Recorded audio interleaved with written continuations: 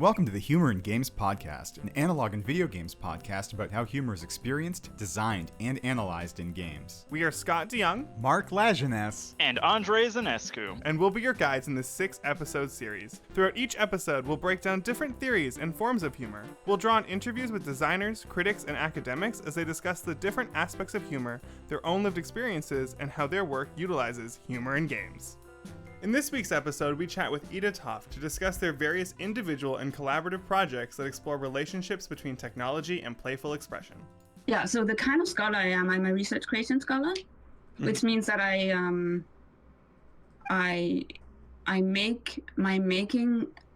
contribute and comment on academic conversations through my making, through art making. I mean, partly at least. And so that is my primary mode of expressing or contributing, and then the writing comes as a follow-up or as a kind of parallel to my making. And my current research at the lab on my PhD dissertation is about vibotactile motors in games, and I've been designing games using vibotactile motors as the primary output rather than screens or text or images. So that is not specifically about humor. I mean, that is definitely not about humor. Right. But humor somehow comes into my games, I guess, in other ways, or often comes into my games. The way that I entered games and game making and game discussions through because I went to the IT University in Copenhagen. Mm-hmm. And there I was I didn't study in the games program, I studied in the program for interaction design in HCI. Okay. And there I met my friend Amani Nassim, and who was in the same program as I was, and together we kind of did this whole travel, I guess, from what we were doing in HCI interaction design into games. And I think for both of us, it was really important that we were two. I don't think any of us had been able, well, I can't really speak for her, but I would not have been able to do that on my own. Just like in terms of how much like sexism I was experiencing, and so much like resistance in terms of the hostility of what, games culture. Right. That's great. And so I guess a question on top of that as well. I mean, you're someone that definitely combines a lot of art into games and into your research topics as well. Now, on the side of that, do you play a lot of games? And like, what kind of games would you consider funny in the games that you might play on the side of your own work? Yeah, good question. I don't play that many games. I didn't grow up playing games, so that's part of how hostile this transition also felt to me, because I didn't have the gamer capital to really understand the conversations and understand the games that people were talking about. I remember, because I came from interaction design where we did a lot of physical computing, every time people was like, explaining all these amazing things that happens in games, I always imagined it was physical. Okay. Until the point where it just did not make sense anymore, and I was like, oh, it's on the screen. So I don't really have that like gamer literacy that I think many people have. Right. And I still don't have a console at home, and it's also about, I still don't have a console at home, but I do play games, just games I make up with friends, or I'm just more interested in talking to my friends, even if it's on social media, than I am in kind of locking myself into a bubble of stories and experiences. Yeah, that makes a lot of sense. Yeah, and if I do play games, I like very, very, very short games. I think Lorenzo from Berlin had this, he had a blog post, I think, about games that last less than 10 seconds. Okay. Which is something I find really funny. Like that's kind of my style. or self-playing games, or like cow clicker. Yeah, I yeah. think games are really funny, in a way. Yeah. No, that's really helpful actually. Thank you. And so I think we're gonna kind of jump into some of your research projects here. So I mean, you sent me some to talk about it, but if you find that others kind of better fit what we're talking about, please bring them in and describe them, because you've done a fair amount of different ththings. But one of the first ones that you sent to kind of look at was called "Can't Touch This," which is based off a 1975 coloring book by Corinne. I hope Yeah. I'm pronouncing the name T. correctly. Corinne. Yeah. Yeah, could you just, for the sake of the podcast, kind of explain that project a little bit more and kind of your intentions around it? Yeah, it was my very first Unity game that I made over a weekend together with 3 other friends, and it's basically, well, I think about it as a meditative drawing game in which Tikurin in the 60s, she made a coloring book. Well, she drew her friends' vulvas, like very, very detailed, very beautiful. Like when you look through this coloring book, it's very beautiful, and you can just see how much diversity there are. Mm-hmm.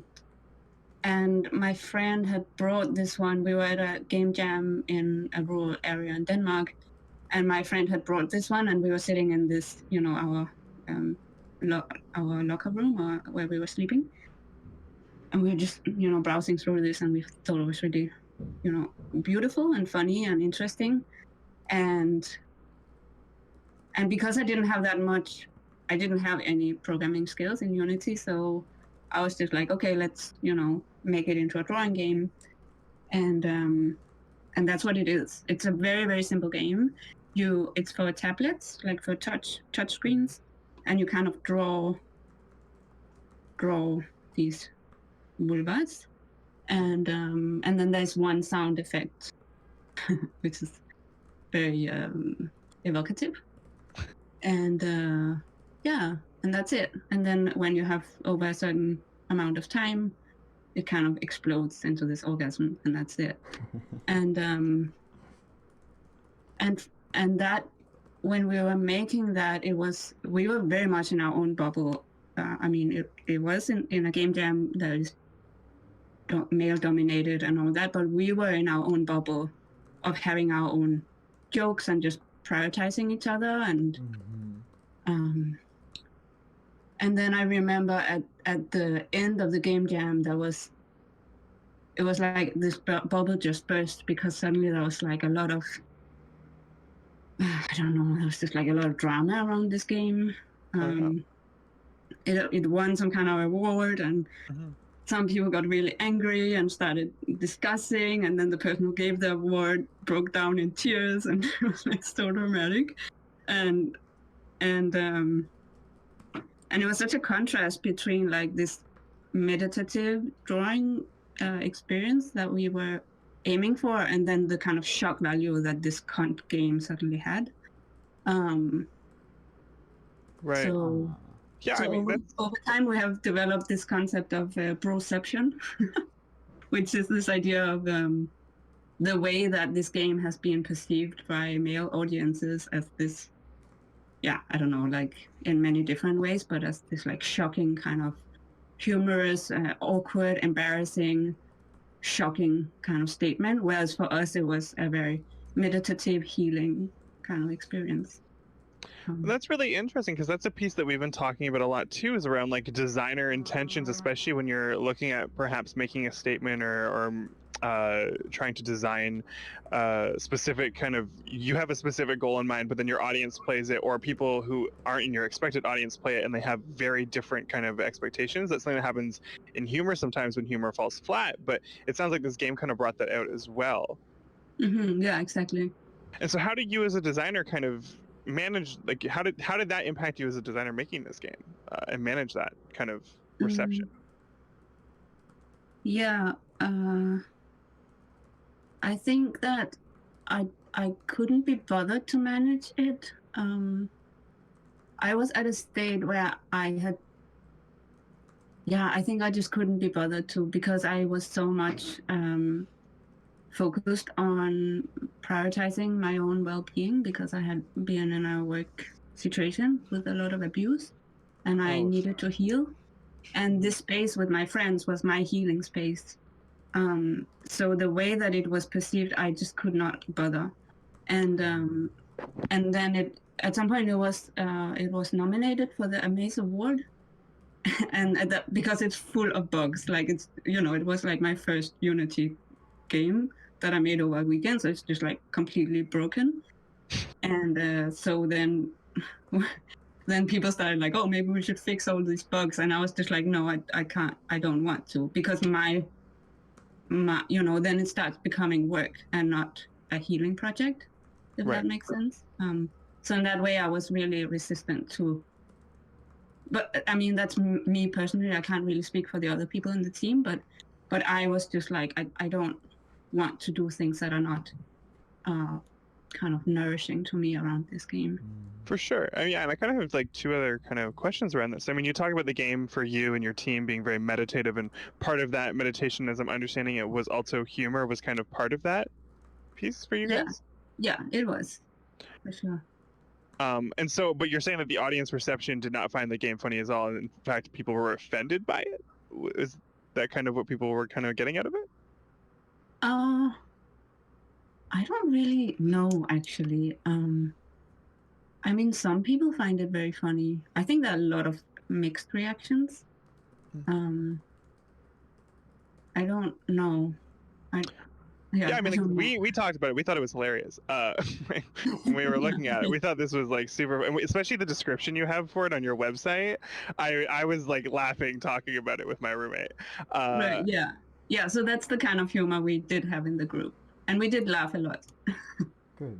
Right. So when you were designing it, and you're saying you wanted to design this as like a meditative healing kind of game, was like when you were conceptualizing it, was humor kind of something that you guys said, no, like in order to make this what we want, it needs to be funny? No, I think we were just having a lot of fun, and that comes out in the game. Right. And also our different skills in the team, like Sabine Hara, who is one of the designers, she's really, really good with puns, and puns is something that she finds so hilarious. So the game has a lot of puns all the way through, like, I mean, the name itself. Right. And I was having a lot of fun with the programming, how absurd it is to program pleasure, and like, okay, if pleasure is over 9, then, we're having this next phase, and like just making the programming into some kind of weird poetry that was humorous in its own way. And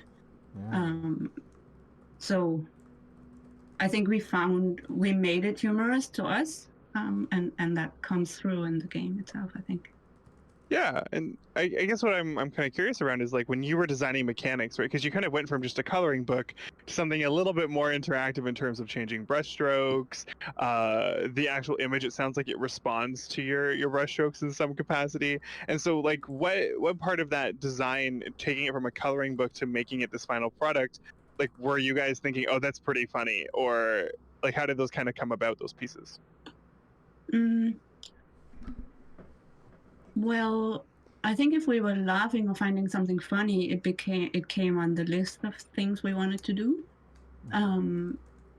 things to prioritize. But at the same time, we were so limited by my programming skills that a lot of it is also just kind of glitches that we embraced. Or for instance, the stroke changes. We didn't design that on purpose. We were just like, oh, if you move too fast, it kind of becomes this graffiti aesthetic, because I didn't know how to account for that in the code. But then we are like, that's really funny, or like also that you can just draw all over the place. I mean, we were just making jokes around what we were making instead of making what we. Right. I mean, it's a two-way process, right? Yeah. But you also get inspired by what you're making and the limitations for what you have.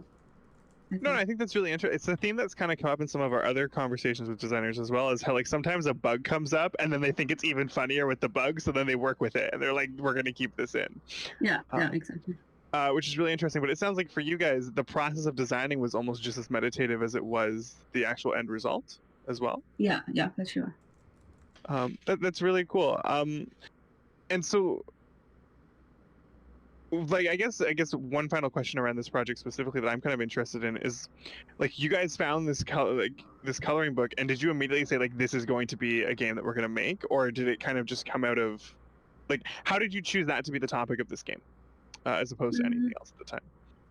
Well, we were 4 people in this room, in the sleeping room, and we were like, "Hey, should we make something together?" And I think all of us were yes. And then, my friend brought out this game or this book, and we didn't spend too much time. I think we were just like, we rolled with it. And for me, I knew my priorities because I wanted to learn Unity, and I was like, if you want to work with me as somebody who have no programming skills and want to do Unity, and you still want to work with me, I thought that was pretty amazing that they wanted to do that. So yeah, we just, I don't think we spent too much like brainstorming time to come up with the idea. Yeah, I was just kind of curious how like that book kind of became the object of the game and kind of the story behind it, because I mean the book in of itself is its own statement, especially for the historical context in which it's kind of dated in, and so kind of I just found that really interesting. But I mean, I'm sure we'll kind of circle back to these games as we kind of keep going, but I also wanted to kind of jump to game design for plants. So if you want to just, I know we're kind of shifting gears here, but what were kind of like the goals and expectations around that game itself? Yeah, so that project came out of, I was in the beginning of my PhD here at Concordia, and I had some growing frustrations with a couple of things in games studies, and I didn't know how to articulate them. Also, because I hadn't been doing academia for a long time, I wasn't quite, in the, and I don't know if I would be able to articulate it now, but I just felt this like increasing kind of frustration with a couple of things. And I remember being in one of the game studies classes, and we were talking about avatars, I think, and I pulled out my computer and I just started like, oh my god, how do I make this relevant to me? So I started thinking about what an avatar would be for a plant. And I think I posted that as a thing on Facebook as a joke, and then really funny, like Amanda Dunbar, who is the wife of one of the people in the class, she had just apparently when her husband came home, he just found like the bathroom posted the bathroom mirror like covered in post-it notes about like questions and like ideas, and apparently she had just been like so inspired by this project or by this question, and that's how it continued, because it was just like a question that was so energizing and so inspiring, and it would never really die, right? So people kept like talking to me about it and wanting to talk about these questions, and it was interesting, but I didn't manage to make any games for plants because it wasn't the games themselves or the design ideas themselves that were interesting. It was the questions and the conversations, and the whole like unsettling part of the questions that was interesting. Right, like the speculative nature of it. Yeah, the reflections, right? So then I decided to make it into a workshop, because in a workshop you can mix design, like making with thinking, and you might answer. So when you're designing, you are answering questions, because when you are making a specific game, you are deciding like, okay, so what is humor, what is play in this particular game case? What, like the questions were just unsettling all these assumptions we have and definitions we have about what is a game, what is play, what do we know about plants and how they live and how they work and function and think and ideas about whether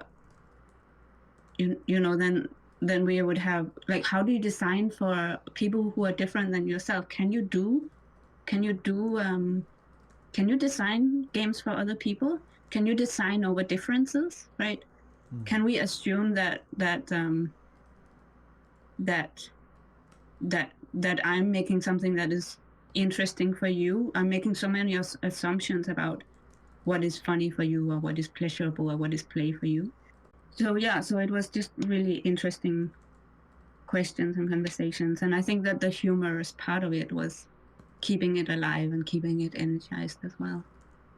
I mean, so how much does that that's really interesting. I'm just kind of thinking about that a little more. Like, you're doing a lot of like self-reflection, both on the role of a designer before even making the game, or even if you will make the game, and that of like the audience. And so, I mean, did you kind of come to some answers or some personal a way that you personally would answer or perceive these questions around, like, do you design kind of what's funny to you and hope that the players who play it kind of agree with you, or do you kind of try to consider what your players might find funny, or kind of build from those dynamics in that sense? I think this is I'm understanding two different questions.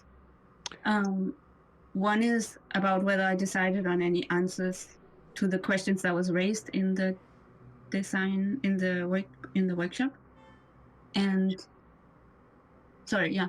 Yeah, no, I was gonna say, I realized that it kind of did come out as two questions, so let's start there then. Let's start with kind of, you're asking yourself these questions around like these larger theoretical questions before even going into design. Did you kind of come up with some answers to you as a designer? But I think this is very important for me in my work, and I think this is Humour is helping to keep these questions unanswered. So I like that it's this huge bundle of questions and critique and feelings and discomforts and loves and wonders, and it's all unanswered and unresolved. And then what I think that when I'm looking at some of my work, what I see that the Humour is doing is kind of like wrapping it all up, like it's wrapping it all together like a ribbon, mm-hmm. and it's with the so when you have something that's a final product, like this art workshop or a game or an art installation, you ship it as a joke, but then the moment that you start untying this ribbon or opening this box, it's like, oh my god, all these unresolved questions come out at you. And I think that's so important to keep that richness and all those frictions without resolving it. Right, so you're kind of saying that you use humor almost as like a way to kind of surround, like you're packaging the product with humor as a way to kind of engage your audience, so that as they dig deeper, starting with that initial laugh, they're like, oh, I want to keep looking at this. Then they kind of come across these harder hitting questions. Yeah, I think that's that is one way that humor works sometimes in my game. And one, sometimes I work on something for a very long time, like deep. I'm digging really deep and I'm not having fun. Like it's 99% or 90%, let's say, not fun.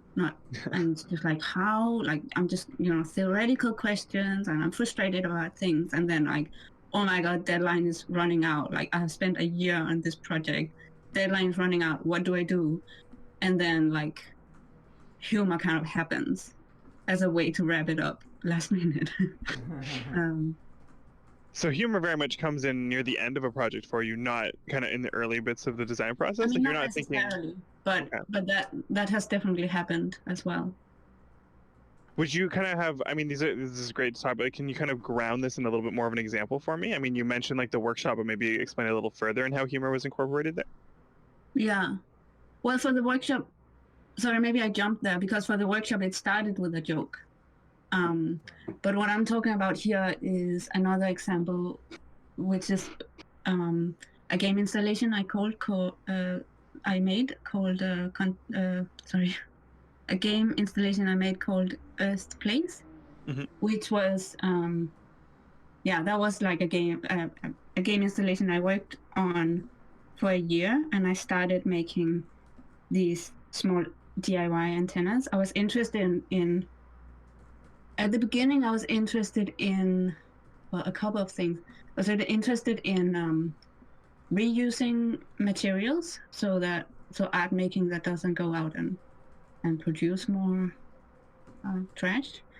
And I was interested in people who have sensitivity over for electromagnetic radiation, and the tension there are between these communities and governments who refuses that there is such a thing that happens as a sensitivity to electromagnetic radiation, while these people are really suffering and having a lot of pain. And I was just interested in this tension, so I started working with antennas and DIY antennas.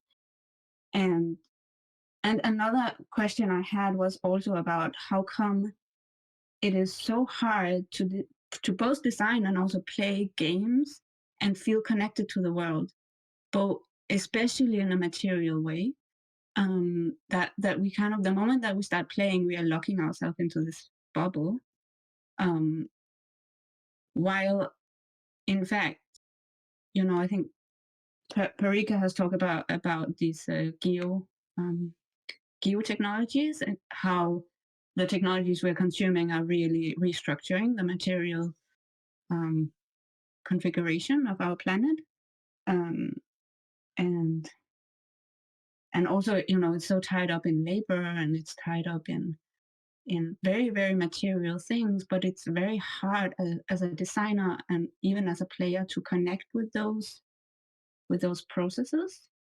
So I was interested in these questions, and I was interested in how the world, how like nature, quote unquote, became like this divide between nature and the world as an analog organism, and then the computer as a digital thing. Like where is that threshold where the world becomes digital, which is like a lot of filters that makes the signal so clean that the computer is able to deal with it. So I just like worked into these like filters. I took apart like electronic components one after the other, and it became like this big conglomeration. Is that a word? Assemblage of materials that represented different histories and different crafts as well.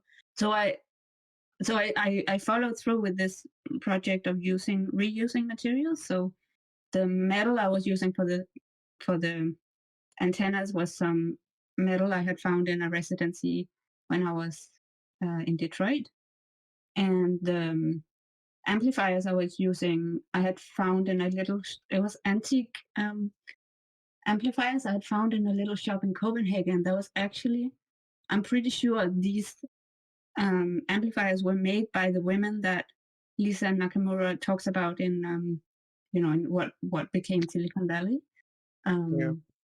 So these were made in the 60s. Yeah. So, and then there was like these crystal amplifiers that tied back to the radio, ham radio practitioners, and then there was a secondhand DS console. Maybe I should explain this installation.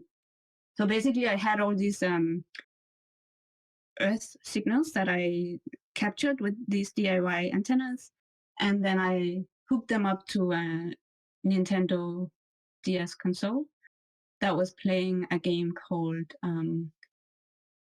Zombies Ate My Neighbor, which is a game from 1993, in which two siblings are called Julie and Seki. They're hanging around in this garden, basically, and then zombies appear. And Julie has this very funny, amazing squirt gun that she just like goes around and shoot everything with. So I was just hooking it up, kind of, and that's where the name comes from, like Earth Play, because these are like Earth signals that are playing this game. And I was just watching what kind of gameplay would appear. and they and this very smart tactic actually worked, in which Julie walks around in the garden and then she hides in the bushes, and she'll just hide there like on for hours until I disconnect the game, and the zombies are not able to find her. And she'll just be there with her squirt gun every couple of seconds, and yeah, I don't know. She never advances to the next level, but I think she's okay.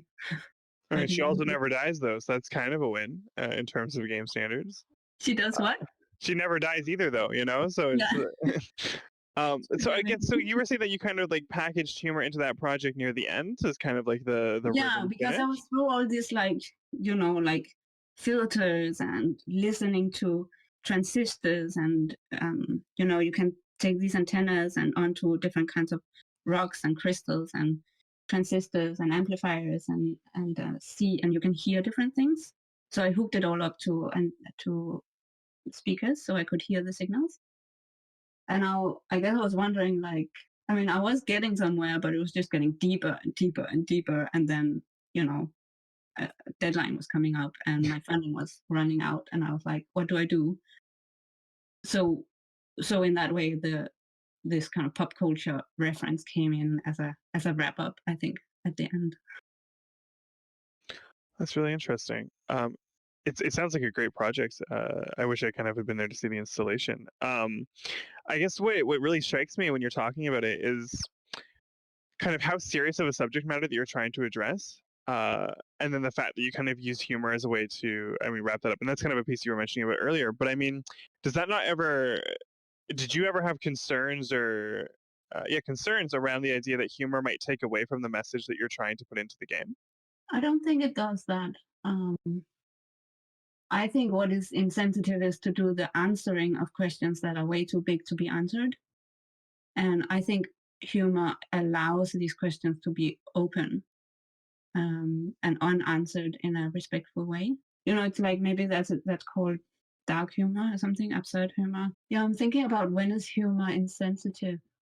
And I think humor is insensitive when it is hurtful to other people or other beings. And I mean, maybe sometimes the games for plant workshop was hurtful to the plants. We tried not to, but I can't.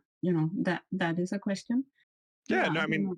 that's a really great kind of reflection on it. I think that's really, it's just a piece that we've kind of been wrestling with, and I even wrestled with in my own work when we were talking about, I was making a game around elder abuse, and we were talking about like, we don't want to trivialize this, but we also want to keep some of the humorous game aspects that come out, and like we were concerned in our conversations if adding humor would take away kind of from the serious subject matter, but it seems that that wasn't so much a case for you in your games. No, because I don't do user-centered design, right? So I don't design for other people. I mean, that's where I think the big difference is. Right. I do have I have a master's. I mean, the master's in interaction design is very much about user-centered design and participatory design and co-design and all that stuff. And I had a moment in my career where I did a sharp turn away from that and just started to radically prioritize myself and my own knowledge about pleasure and humor over designing on behalf of other people. Yeah, and I think that's something that kind of reflects in some of the work that you're doing, and I think that's a really great point. And so perhaps maybe just to expand on that a little bit more. I mean, as someone who's looked now at both sides, like in terms of the very human focused interactions versus the you're focused on yourself and your own designs. Like, what are some other differences or between kind of those two that you as a designer have to that you find that as a designer you're making as consideration? Well, part of my decision to do that change was that I realized that when you design for, I mean, when you just try to design for yourself and try and design something that is relevant to yourself, and that is so difficult. I just had this idea that if I make something that's interesting to myself, then I at least have one satisfied player or one person that this project is relevant to, compared to, and that is maybe a bit rough on like co-design and user-centered design. I'm sure there are situations in which it is useful, but for me, I just felt like I need to know that there is at least one person who find this relevant, and I can only, if I make sure that's me, then I know. Right. But also that I don't believe in this idea that I'm just me. I'm not an individual cut off from the world, because I share subject positions with a lot of other people. So if I design for me, then it is likely that I'm designing for a lot of other people as well. So that's where I stand currently with my design philosophy. I think that's like a great statement. I think it's kind of, I mean, I'm sure that those other games you made had audience members for them that definitely would have enjoyed them. And like I said, all the games that I've looked at for you and that you've told me about, they seem either really funny or just really interesting games to play. Um, but I think that's a really interesting approach. And it's kind of one of the pieces we've been talking about as well. And we kind of touched on this already, but maybe you want to just add some more info about it. Is kind of, how does your personal subjectivity kind of impact your understanding of humor? Have you had to reflect on what you find funny when you're designing games? Have you had to like really consider like what is humor to you as you're designing? Because now you're reflecting on yourself in that manner. I think humor is really tied to who you are and your subject position in society. As a white woman, you're very much in between a couple of things. So, you really have to manage your position basically, which is that you both have a lot of privilege that can marginalize other people, but you're also marginalized a lot yourself. I'm not a white woman. I'm a queer person, so that adds to that. I think when we did the Touch this project, we didn't have that awareness. We were just like, prioritize us because this is radical. And I know we did an interview about it in which we didn't really address like trans issues in the best possible way. And that's something I have been, learning about, to pay attention to people who are marginalized alongside me, Right. and how to be respectful. Yeah, no, I think that's a fantastic response. Thank you. And kind of just building off that as well, and a question we've been asking everyone, and perhaps this is the hardest one, or maybe it's the easiest one since you've got to spend some time thinking about it. But how do you define humor personally? Like you've been kind of wrestling with these big questions in your game, and you say you leave it up for the players to kind of maybe think about and figure out. But I mean, you must have thought about this in a little bit. So in what sense, like what does humor kind of mean to you, or how do you define it? I mean, there's a physical presentation of humor, which is this little giggle you feel in your stomach, which is maybe the best definition of humor in a general sense. And then there's a theoretical thought, I don't know, a theoretical connection to that, which is that it's, like I said before, I think it's really tied to your knowledge from where you are positioned in society. Right. I think that's the best. I don't know. That's what I'm thinking about what humor is. Yeah, I mean, and as someone who has done like some of their own research around like humor in games, and as reflecting on myself as someone who's trying to get into understanding these questions and conversations, like looking from more of the theoretical side, are there some theories of humor that you find really helpful to kind of look at and grasp that you kind of have resonated with? I haven't studied humor academically. Oh, okay, cool. I wasn't quite sure, so I thought No. I'd ask, but that's totally fine as well.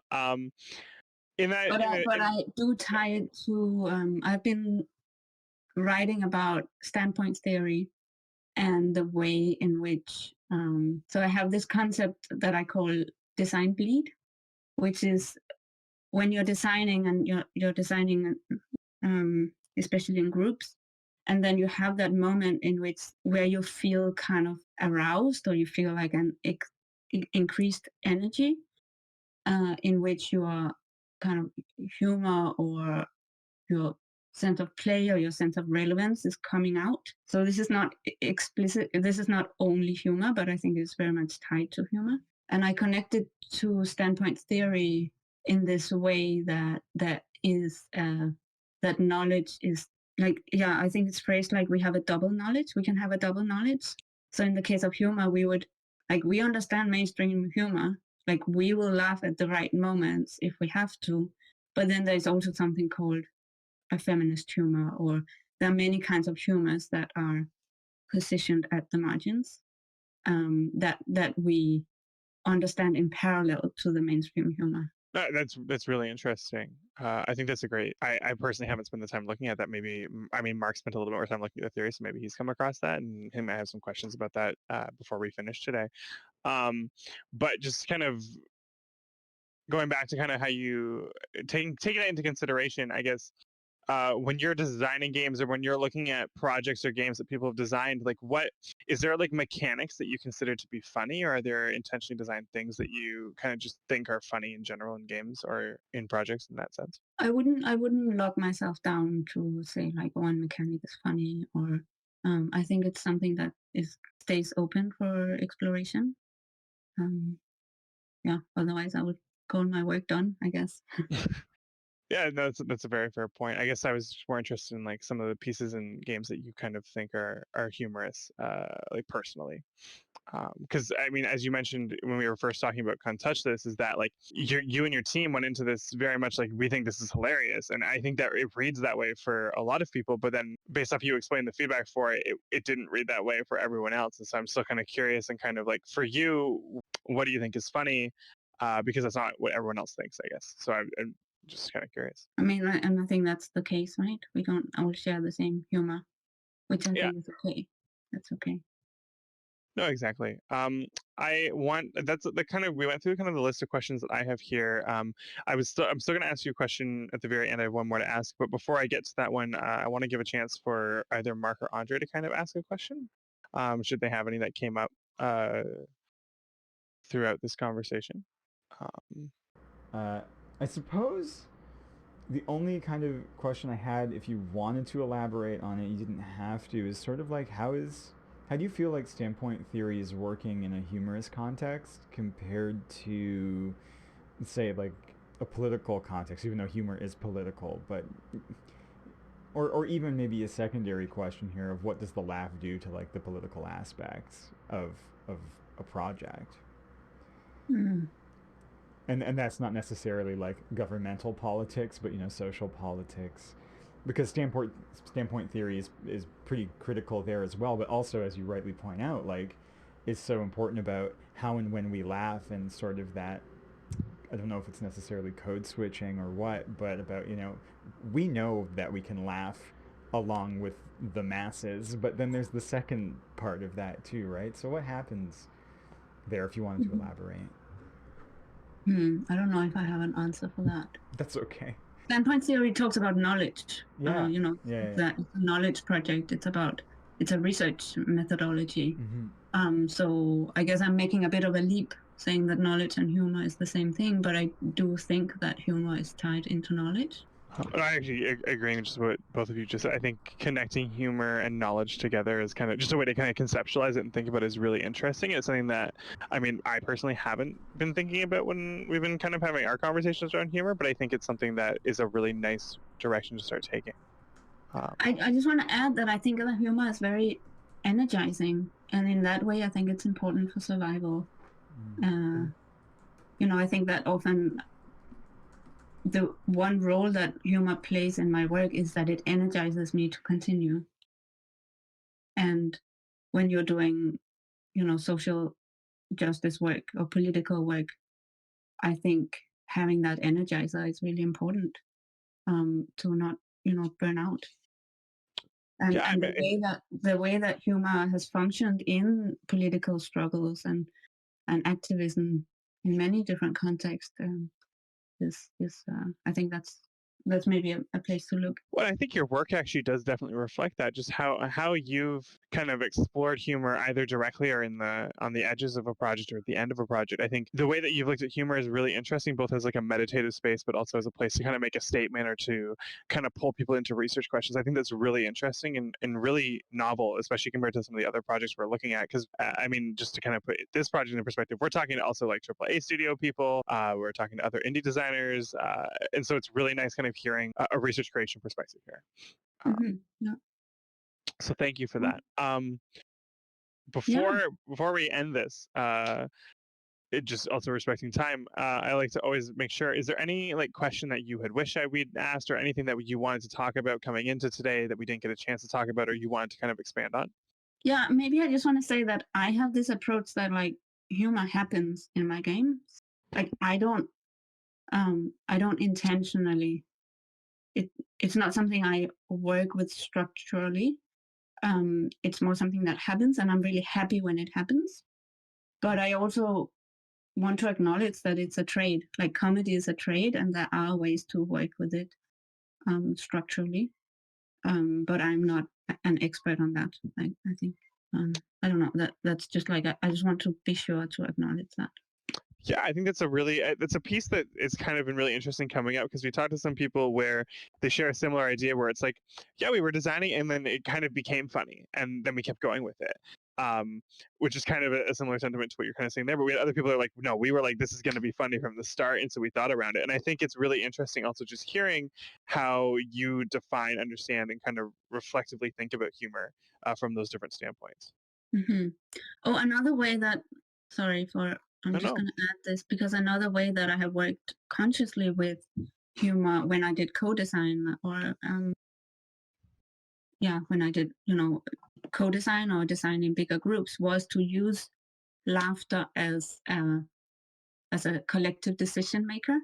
So when you do user-centered design or co-design, there are always these, very sticky question about how do you judge which design ideas to go with.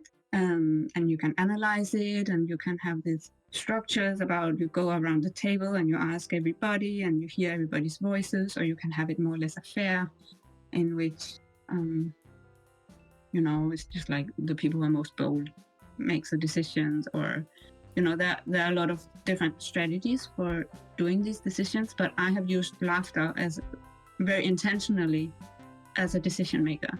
So it might be that the process is like, really heavy and we're just not getting anywhere, and it's like idea after idea after idea, and it just doesn't really feel right. And then at some point, everybody laughs.